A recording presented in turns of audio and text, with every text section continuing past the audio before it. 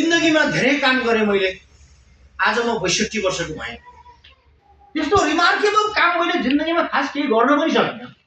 तर म जिन्दगी उत्तरार्धतिर छु, जीवनको उत्तरार्धतिर छु। अहिले केही काम गर्न पाएँ, नयाँ काम केही गर्न पाएँ हुन्थ्यो भने जब ऊ रिटायर भयो नि, उसको आफ्नो पेसा व्यवसायबाट रिटायर भयो, जम्मा $100 चेक बच्यो त्यसको लास्टमा। अनि थुत्रै गाडी थियो उसको, 62 वर्षको उमेर भइसकेको थियो, रिटायर भइसकेको थियो। तर ऊ जिन्दगीमा सन्तुष्ट थिएन। केएफसीको मालिक। अनि उसले सोच्यो, उसले सम्झ्यो मेरो आमा, उसको आमाले चाहिँ उसलाई चिकन फ्राई चाहिँ दामी खुवाउँथ्यो अरे।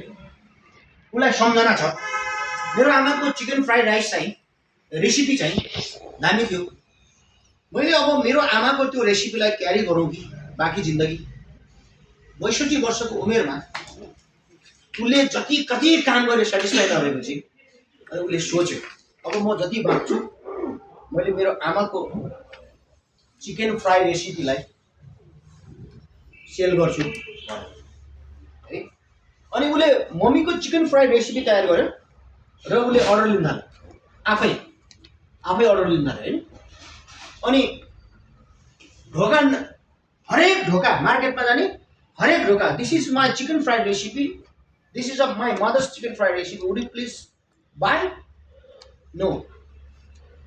Next door, this is my chicken fried recipe of my mother, would you please buy? Taste, would you please taste? No. No. Next door, no. Next door, no. 62 वर्षको उमेर है।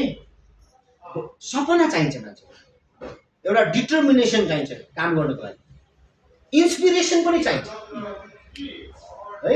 यो अर्काले जबरजस्ती खुवाएको भात मिठो हुँदैन क्या, आफ्नो भोकले खानुपर्छ क्या, अनि मिठो हुन्छ क्या, बुझ्नु नि। अनि उसले 100 वटा ढोका हान्यो, नो। 200 वटा ढोका हान्यो, नो। 500 वटा हान्यो, नो। 800 वटा ढोका हान्यो, नो। महिनौँ ढोका हान्यो, नो। बुझ्नु नि। उसले 1000 वटा ढोका हानेपछि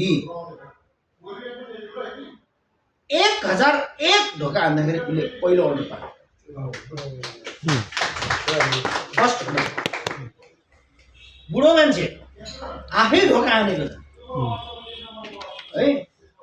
1001 वटा ढोका हान्दाखेरि उसले पहिलो अर्डर पायो होइन। र आज त्यो चिकन फ्राइड रेसिपीको नाम हो केएफसी। आज ढोका हान्नुपर्छ, आज उसको फ्रेन्चाइजी बिक्छ है। मिलियन्स अफ डलरमा उसको फ्रेन्चाइजी बिक्छ। नेपालमा जो केएफसी आएको छ नि उसले त्यो फ्रेन्चाइजी किन्यो, उसले त्यो रेसिपी बेच्छ। अहिले चिकन कहाँ बेच्छ? फर्मुला बेच्छ, ब्रान्ड बेच्छ, फर्मुला बेच्छ। बुझ्नु नि। त्यो बुढोको नाम हो कोलोनल सेन्डर्स।